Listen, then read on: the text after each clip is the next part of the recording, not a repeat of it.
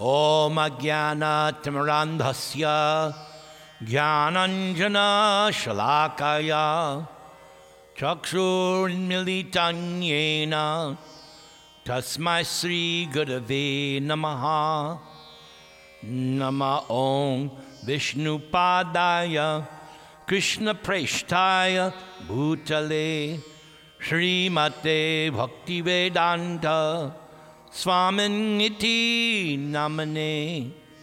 Namaste Saraswate Deve Gaudavani Pracharane Nirvishesha Shunyavadi Paschatya Deshatarane Trinadapi Sunichena Toradiva Sahishnuna Amanina Manadena Kirtaniya Sadahari.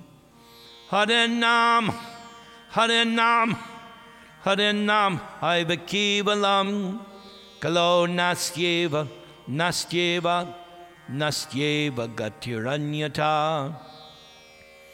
Shri Krishna Chaitanya Prabhu Nityananda Shri Advaita Gadadhara Srivasadi Gaur Bhakta Vrinda. Hare Krishna Krishna Krishna Hare Hare Hare Rama Rama Rama Hare Hare. So we're picking up from where we left off in our last class. Today we will hear first of all about the birth of Lord Krishna. Om Namo Bhagavate Vasudevaya. Om Namo Bhagavate Vasudevaya. Om Namo Bhagavate Vasudevaya.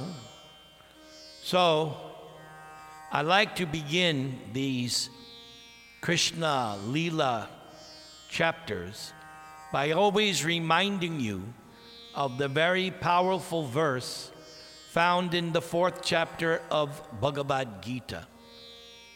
Janma karma chame divyam evam yoveti tatvataha tyaktva dehang punar janma naiti mameti sorjuna. Krishna told Arjuna that if you can understand his birth and activities, which Krishna says are divyam, divine or transcendental, if one is able to understand them scientifically as they are, then this is the last birth one is taking in the material world, because one will be going to Krishna's eternal abode. So there is great benefit in attending this weekly class, because we're hearing about Krishna's birth and activities. Of course, this is taken from the 10th canto. Shukadeva Goswami is speaking to Maharaj Parikshit. Thereafter, at the auspicious time for the appearance of the Lord, the entire universe was surcharged with the qualities of goodness, beauty, and peace. The constellation Rohini appeared, as did stars like Ashvini. The sun, the moon, and other stars and planets were very peaceful. All directions appeared extremely pleasing, and the beautiful stars twinkled in the cloudless sky. Decorated with towns, villages, mines, and pasturing grounds, the earth seemed all auspicious. The rivers flowed with clear water, and the lakes and vast reservoirs full of lilies and lotuses were extraordinarily beautiful. In the trees and green plants, full of fruits and flowers and leaves, were all pleasing to the eyes. Birds like cuckoos and swarms of bees began chanting with sweet voices for the sake of the demigods. A pure breeze began to blow, pleasing the sense of touch and bearing the aroma of flowers. And when the Brahmanas, engaging in ritualistic ceremonies, ignited their fires according to Vedic principles, the fires burned steadily, undisturbed by the breeze. Thus, when the birthless Lord Vishnu, the Supreme Personality of Godhood, was about to appear, the saints and Brahmanas, who had always been disturbed by demons like Kamsa and his men, felt peace within the core of their hearts, and kettle drums simultaneously vibrated from the upper planetary systems. The Kinnaras and Gandharvas began to sing auspicious songs. The Siddhas and Charanas offered auspicious prayers, and the Vidyadharis, along with the Apsaras, began to dance in jubilation. The demigods and great saintly persons showered flowers in a joyous mood, and the clouds gathered in the sky and very mildly thundered, making sounds like those of the waves of the ocean. Then the Supreme Personality of Godhead, Krishna, who is situated in the core of everyone's heart, appeared from the heart of Devaki in the dense darkness of night, like the full moon rising on the eastern horizon. And because Devaki was in the same category as Krishna, Vasudeva then saw the newborn child, who had very wonderful lotus-like eyes, and who bore in his 4 hands the 4 weapons, Shankh, Chakra, Gada, and Padma, namely the Kanch, wheel, club, and lotus. On his chest was the mark of Srivatsa, and on his neck the brilliant Kaustuba gem.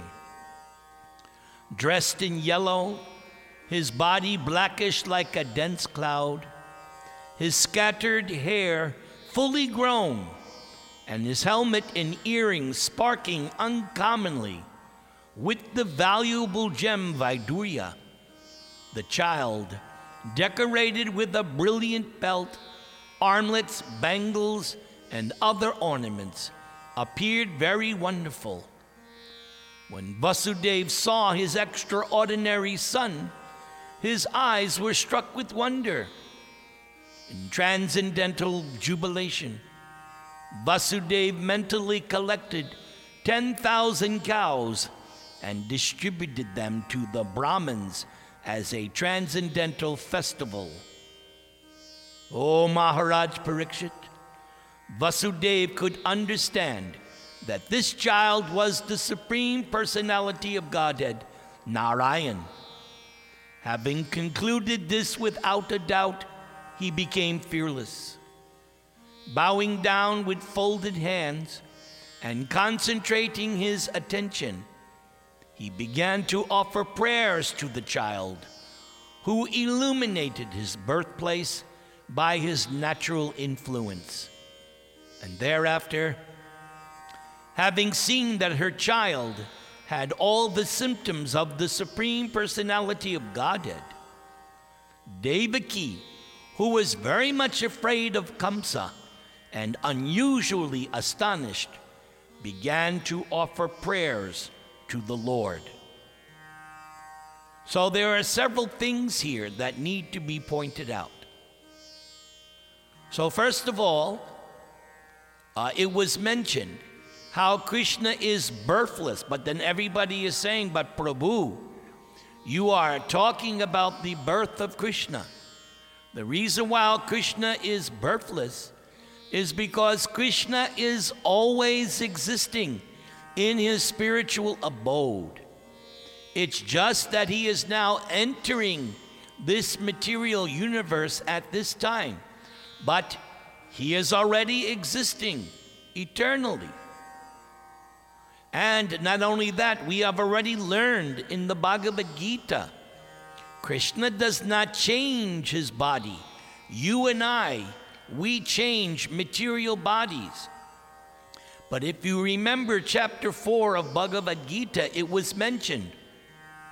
Krishna comes in his original spiritual body. He does not change bodies. He can change the form. He can come in the form of a swan, in the form of a boar, in the form of a tortoise, in so many different forms, but it's still his original form or his expansion. It's not that he's changing bodies. It's non-different from him. This is the absolute feature of Krishna. You and I, we have a material body. Krishna does not have a body. Krishna is his body because there is no duality. It's all spiritual. It's all transcendental. We experience duality because we are inhabiting a body, but Krishna is his body. So it is correct, birthless. Krishna simply appears and disappears, just like Prabhupada gives the example. We say that the sun rises in the east, coming over from India, and then travels westward. So now in India, it is, say, 5, 4, 6 o'clock in the evening. The sun will soon be arising in India. And during the nighttime, it looks like the sun has disappeared or died. But that's an illusion. The sun is ever existing in the sky. It just appears that the sun is rising and that the sun is setting because we're seeing it from our limited sense perception here on earth. But the sun is always existing. There is no appearance or disappearance of the sun. That's a relative conception because we are seeing it. So in the same way, it looks like Krishna is appearing and taking birth, but Krishna is ever existing. So after Vasudeva and Devaki offered their prayers, and it was noticeable that Devaki's prayers ended with this, that, my Lord, you should immediately disguise yourself. You are now appearing as four-handed Narayana. And as soon as Kamsa wakes up, he will see that you have appeared as my 8th child, and he will come with all kinds of weapons to kill you. So I want you to disguise yourself. I want you to hide yourself so that Kamsa may not come to kill you. So before Krishna does anything else, he tells Vasudeva and Devaki many things. First thing he says to Vasudeva and Devaki, that this is not the first time I have appeared as your son. This is my 3rd time taking birth as your son. You, Vasudeva and Devaki, in lifetimes ago, you were known as Prishni and Sutapa. And I took birth in the form of Prishni Garbha. And it was that Prishni Garbha who appeared to Dhruva Maharaj after he had performed bhakti yoga, intense bhakti yoga, for 6 months. Krishna appeared as Prishni Garbha. So he's the son of Prishni, that was Devaki in a former birth, and Vasudeva was known as Sutapa. Then Krishna said, a second time I appeared as your son was when you, Vasudeva, were the great sage Kasyapa Muni, and you, Devaki, was his wife, Aditi, the mother of the demigods. There are 12 Adityas. So that 12th Aditya is Vamanadev. So Vamanadeva appeared to Aditi and Kashyapa.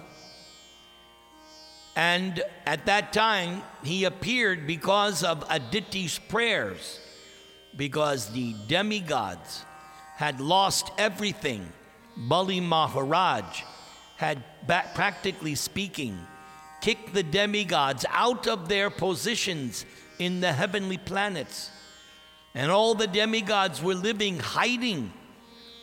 And Bali Maharaj, who was the king of the demons, was sitting on the throne of Indra. He had conquered the universe. So Aditi prayed that I want my sons, the demigods, to regain their positions. So Kasyapa taught Aditi how to perform certain activities known as Payovrata, the vow of subsisting only on milk for 12 days. And so the Lord agreed to take birth as Aditi's son, and that was Vamanadeva. And Vamanadeva, with 3 steps, regained all, actually with 2 steps, Vamanadeva completely covered the whole universe. And with the 3rd step, because Bali Maharaj had promised 3 steps, but with 2 steps, Vamanadeva conquered everything up and down, the whole universe. So Vamanadeva said to Bali, you promised me 3 steps, but with 2 steps I have covered everything. Now where's my 3rd step? And Bali Maharaj, he said, my Lord, here is my head. You can place your 3rd step on my head. So this is what we call full surrender. Even though Bali is the king of the demons, he is actually a Mahajan, a great, great exalted devotee that we can take lessons from. He's one of the 12 authorized Mahajans, Bali. So that was the 2nd time that Krishna was telling Vasudeva and Devaki, I was your son, Vamana. Now I am coming in my original form as Krishna, although we heard that he appeared as Vishnu, Narayan. He didn't appear as Krishna, the human-like form. And Krishna said, there's a reason why I did that. He told Vasudeva and Devaki that if I had first appeared to you in my human form, my original form, then you would not understand that this is the 3rd time I am taking birth as your son. So deliberately, although it is Krishna, because Krishna can manifest any form. When Prabhupada mentions this in Krishna book, and it's also mentioned in the Bhagavatam, that when Krishna comes, when the original personality of Godhead comes, all the incarnations are in the body of Krishna. There are 6 kinds of incarnations: Guna avatars, the Purusha avatars, Shakyavesh avatars, Leela avatars, Manvantara avatars, Yuga avatars, 6 kinds of avatars. All those avatars are in the body of Krishna. And Krishna can manifest any form at any time. There's no restrictions. So Krishna told Vasudeva and Devaki, this is the 3rd time I am appearing as your son. And after this, you are going back home, back to Godhead. This is your last birth. So then what did Krishna do? Because Devaki specifically requested, you have to hide this form from Kamsa. So Krishna then took that Narayan form and transferred that, changed that form to look like an ordinary human baby. It's still Krishna. It's still transcendental. It still has all the potencies of Krishna. But now Krishna is looking like an ordinary human baby. And Krishna, before doing this, told Vasudeva, right now at this very moment, you have friends in Vrindavan. You are friends with Nanda and Yashoda. Right now, Yashoda has given birth to a girl. Her name, Yoga Maya, the spiritual potency. But what happened was, as soon as Yashoda gave birth to the girl, Yoga Maya, she fell asleep. So Krishna told Vasudeva and Devaki, I want you to take me and exchange me with the girl that has taken birth to Nanda and Yashoda. So miraculously, because at this time, as you see in the picture behind me, Vasudeva and Devaki are in a prison. They have iron shackles.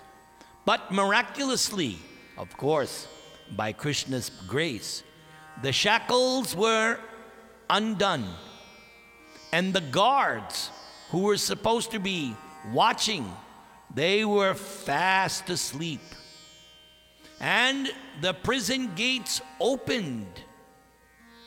So Vasudeva took the human-like baby and walked out, and he had to cross the Yamuna to go from Mathura to Gokula. He had to pass through the Yamuna, and the Yamuna made it possible. And so, without any, and also, as there's another picture, but I can't lose track of what I'm doing. When Vasudeva left the prison, it began to rain. So Ananta Shesha, that's Krishna's form as a 1,000-hooded snake, was accompanying Vasudeva and the baby and acted as an umbrella. So Vasudeva was not disturbed as he traveled from Mathura to Gokula. And sure enough, just as Krishna had said, there was Yashoda fast asleep. And Vasudeva very, very carefully exchanged the babies. He took Yashoda's girl, Yogamaya, and left baby Krishna with Yashoda. Later on, when Yashoda woke up, she did not remember whether she had given birth to a girl or a boy. So because she didn't remember, when she woke up, she saw, oh, I am giving birth to this beautiful boy. So Yashoda is unaware of what's going on. And this will play a significant role as we go from all of these chapters. We're now in chapter 3. So up until we get to chapters 40, 41, when Krishna eventually kills Kamsa, for 11 years, Yashoda is unaware of what the real facts are. All she knows, this is my son, Krishna. She's unaware of, and she will be informed later when Krishna kills Kamsa. Then everything is revealed to Nanda and Yashoda. And Vasudeva and Devaki thank Nanda and Yashoda for taking care of their Krishna. So again, Vasudeva comes back to the prison, puts the baby in the lap of Devaki, puts the shackles on, everything goes back to normal. All of a sudden, the baby girl starts to cry. Kamsa wakes up in the middle of the night and thinks, oh, Devaki has finally given birth to the 8th child. Now I must kill this child because of the prophecy. You remember last week what was happening. Kamsa was driving the chariot for Vasudeva and Devaki. And when Kamsa was driving the chariot, he heard the omen, Kamsa, you fool! The 8th child of your sister will kill you. So all this time, Kamsa has been waiting and waiting and waiting for this 8th child of Devaki. She has given birth to 6 sons, and Kamsa has killed all of them. And the 7th child was supposedly a miscarriage. But we learned last week that also Balaram was transferred from Devaki's womb to the womb of Rohini, who was staying under the protection of Nanda Maharaj. She's Vasudev's wife, but because of Kamsa, she is being protected by Nanda Maharaj. So Kamsa immediately gets out of bed. He doesn't fix himself, he just runs. And he sees that it's a girl. And he's surprised because he had assumed that the 8th child was supposed to be a son. So he was thinking, well, something, the omen, I can't believe the omens. But nevertheless, Kamsa took the child, the girl, in his hands, and he was going to kill the child by dashing it on a stone. But as soon as he was going to do that, the child slipped out of his hands, and she appeared as Durga. Because Kamsa, he is not able to see Yoga Maya. Yoga Maya is spiritual potency. Maya, Durga, is material potency. Kamsa is a demon. He has no spiritual vision. It is impossible for him to see Yoga Maya. So Yoga Maya appears to Kamsa as Durga with weapons in her hand, and she chastises Kamsa. Again, Durga Mata says to Kamsa, you are a fool, for the child you are looking for has already taken birth somewhere else. And Kamsa is astonished, and then Durga Mata disappeared. So Kamsa at this time, all of a sudden, has a change of heart. Kamsa says, oh, my dear sister Devaki, my brother Vasudeva, only because I believe the omen did I kill all your sons. But now it looks like in the demigods, the omens, they don't tell the truth. They also misled me. I killed your sons unnecessarily. I believed that your 8th child would kill me. But Durga Mata has said. So Kamsa all of a sudden has a different attitude. And he begs Vasudeva and Devaki, oh, you please forgive me. You are so great because you are devotees. Will you please forgive me? And of course, Vasudeva and Devaki, because they are devotees, they immediately forgave Kamsa.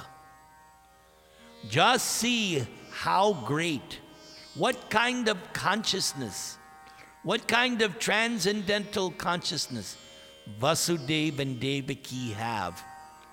He had killed 6 of their sons and was now going to try to kill the eighth. And Kamsa just says, "Oh, you please forgive me." And Vasudeva and Devaki immediately forgive him. This is outstanding. This is so wonderful. This is why Vasudeva and Devaki are the mother and father of God. They're not ordinary human beings. In those other lifetimes that I mentioned, they had performed before their first child, Krishna-garbha, appeared. Vasudeva and Devaki had performed thousands of severe penances and austerities in order to get God as their son. They had performed such severe austerities for hundreds and hundreds of years. So they are highly qualified. They are highly on the transcendental platform. So Kamsa then unlocks the shackles and thanks Vasudeva and Devaki for forgiving him. And then Kamsa goes back to bed. The next morning, Kamsa is in his court and he is with his ministers. And so he tells the whole story of what happened that night. But the ministers, they are demons. And they tell Kamsa, "No. Why are you acting like this, Kamsa? Don't you remember you have already defeated all the demons in the world? You even defeated Indra and the demigods. Why are you acting like this? No, we have a better plan. Give us permission. Because Durga Mata said, the child has already taken birth elsewhere. So we are going to go throughout the towns and villages and kill all the newborn children." So Kamsa, he's a demon. It's his nature. And so he agrees, yes. And then the ministers also said, "And we are also going to torture and we're going to violate all the brahmanas and all the devotees, because when we do that, it gives pain to Lord Vishnu, your enemy. So we want to inflict suffering on Lord Vishnu, and the way to do that is to harass and torture brahmanas, devotees, and also, they said, we are also going to kill cows. That is also a very, very grievous sin, to kill cows, because the cow is the mother of religion. The cow gives milk, which is the liquid form of religion. So Kamsa agreed. So his ministers and associates, they started to kill all the newborn boys, and they started to kill cows, and they disturbed the brahmanas, no sacrifices.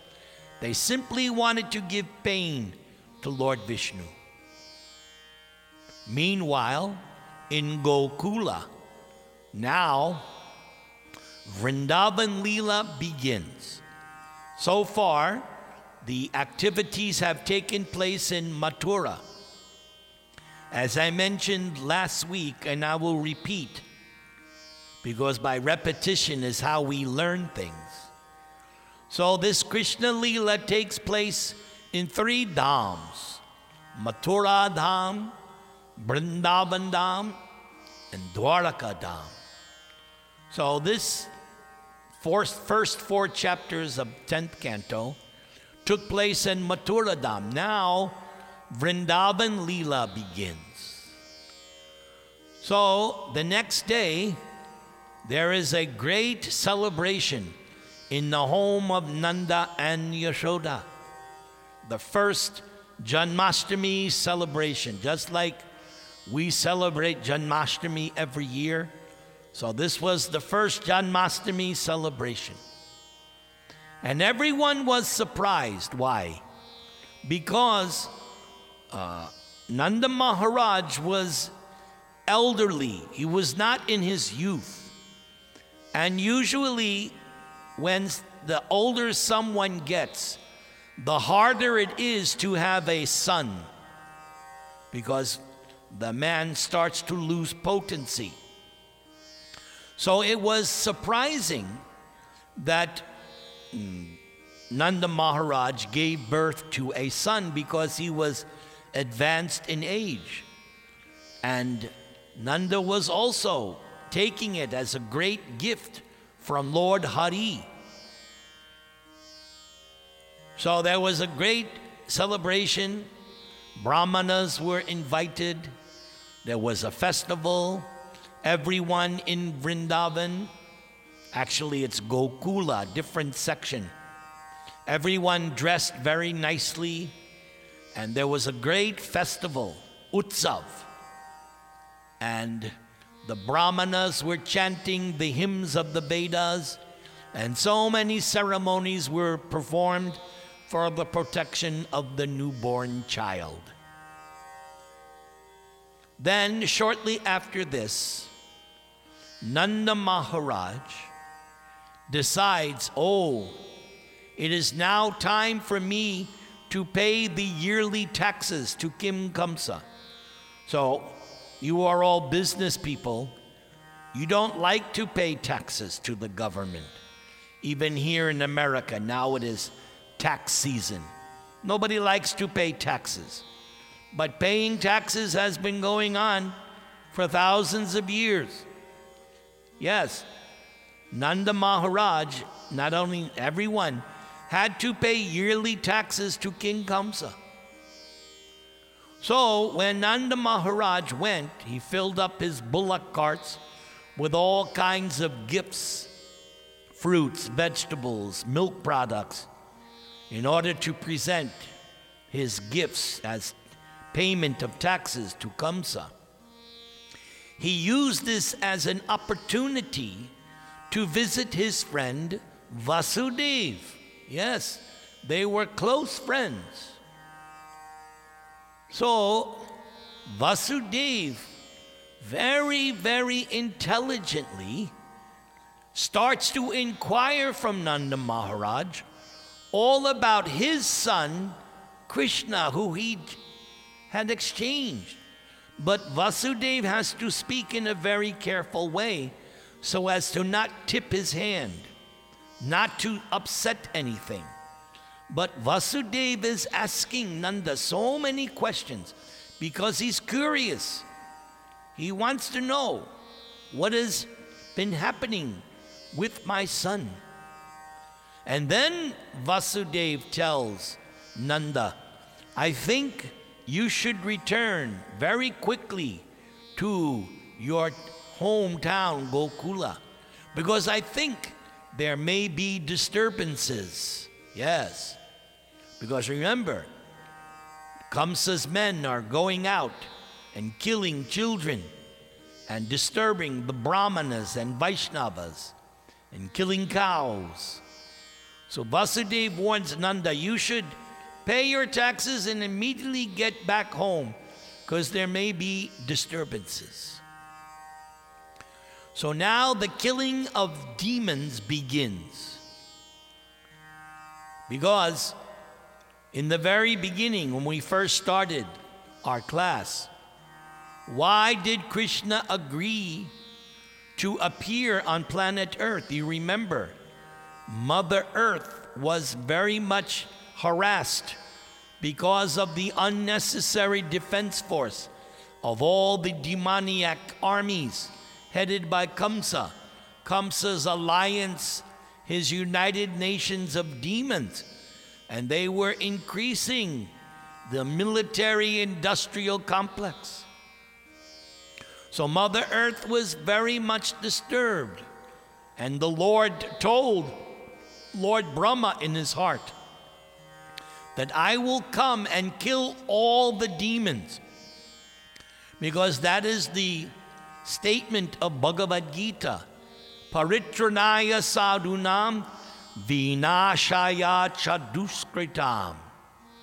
Krishna comes to this earthly planet to give solace to the devotees and to kill, destroy the demons.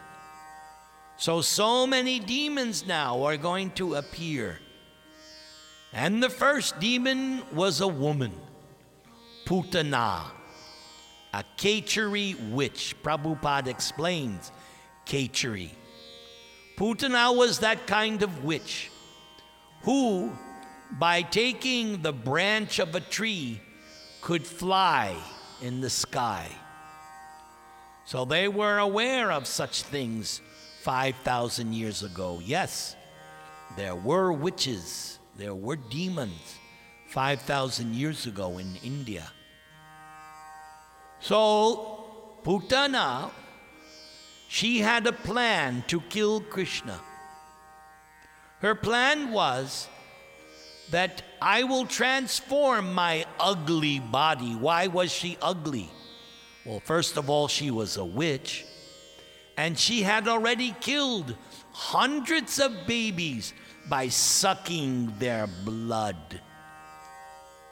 She was very evil. So on account of having killed so many babies, karma took its effect. So she was very ugly. But this demon Putana had black mystic power. So she was able to disguise herself. And she approached the house of Nanda and Yashoda, and it appeared that the goddess of fortune had personally come to see Krishna. So nobody suspected anything because she looked so beautiful. Nobody suspects a beautiful woman to be a witch. So everyone immediately said yes. Now, Putana had a plan. What was that plan? That plan was she had put poison on the nipples of her breasts, and she was going to offer to breastfeed Krishna, and Krishna would thus drink the poison and die.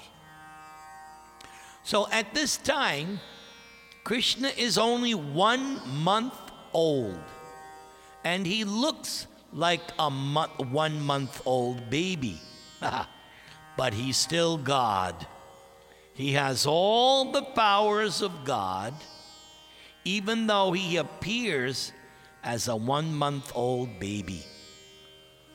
So Putana took child Krishna on her lap, and Krishna closed his eyes. And there are many explanations why Krishna closed his eyes. One explanation, because Putana was so evil, Krishna could see through the disguise. He could actually see who the real Putana was. He did not want to see the ugly face of Putana. Another reason Krishna closed his eyes. Like Lord Ramachandra, the first demon to be killed was a woman. You recall from the Ramayana, the first demon Ram killed was Taraka, a woman. And Ram hesitated. And Vishwamitra told Ram, no. She has done so many evil things. She has disturbed all my sacrifices. She's a Rakshasi. She has eaten so many Brahmanas, rishis, and sages. You don't spare her. So Ram, the first demon killed was a woman, Taraka. So in the same way, the first demon to be killed would be this Putana. So Krishna did not like that. He didn't like the fact that the first demon he had to kill was a woman. So that was another reason why he closed his eyes. Another reason why he closed his eyes is that he was giving Putana reassurance. Go ahead. Don't hesitate. Go ahead. And another reason is he simply wanted to behave in such a way that it was just behaving like an ordinary child. So for all these reasons, Krishna closed his eyes. And Putana took the baby and pushed her breast into Krishna's mouth. And immediately Krishna grabbed the nipple and started to suck.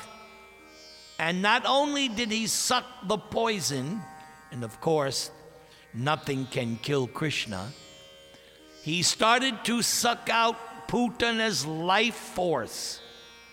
And as she was dying, the pain was excruciating. And so she had to assume her real form as a Rakshasi, witch. And she was screaming, "Child, leave me, leave me, leave me."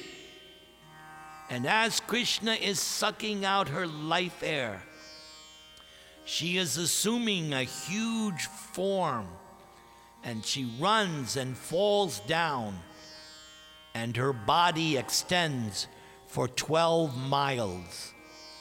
And Krishna is right there as a little baby, playing on the chest of Putana. She is now dead. Mother Yashoda, all the gopis run to protect baby Krishna. And they are very, very intelligent ladies. They know how to give protection.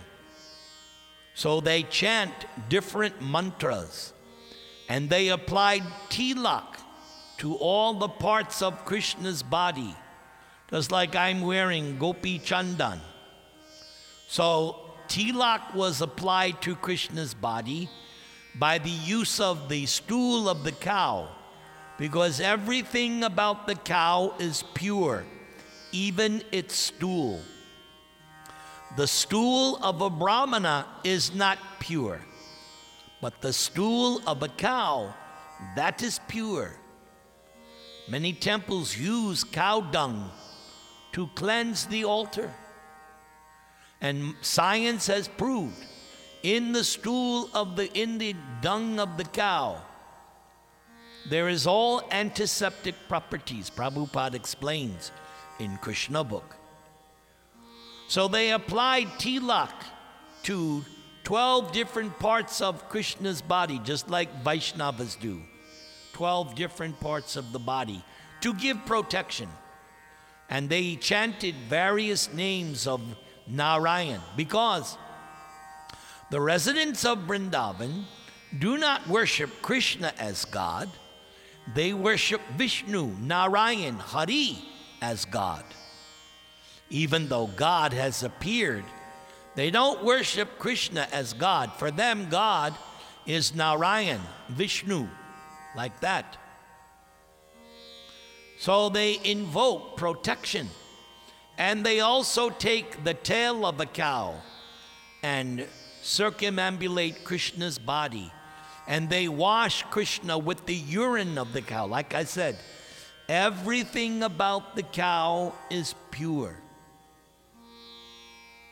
Meanwhile, Nanda Maharaj has now returned from his visit to Mathura.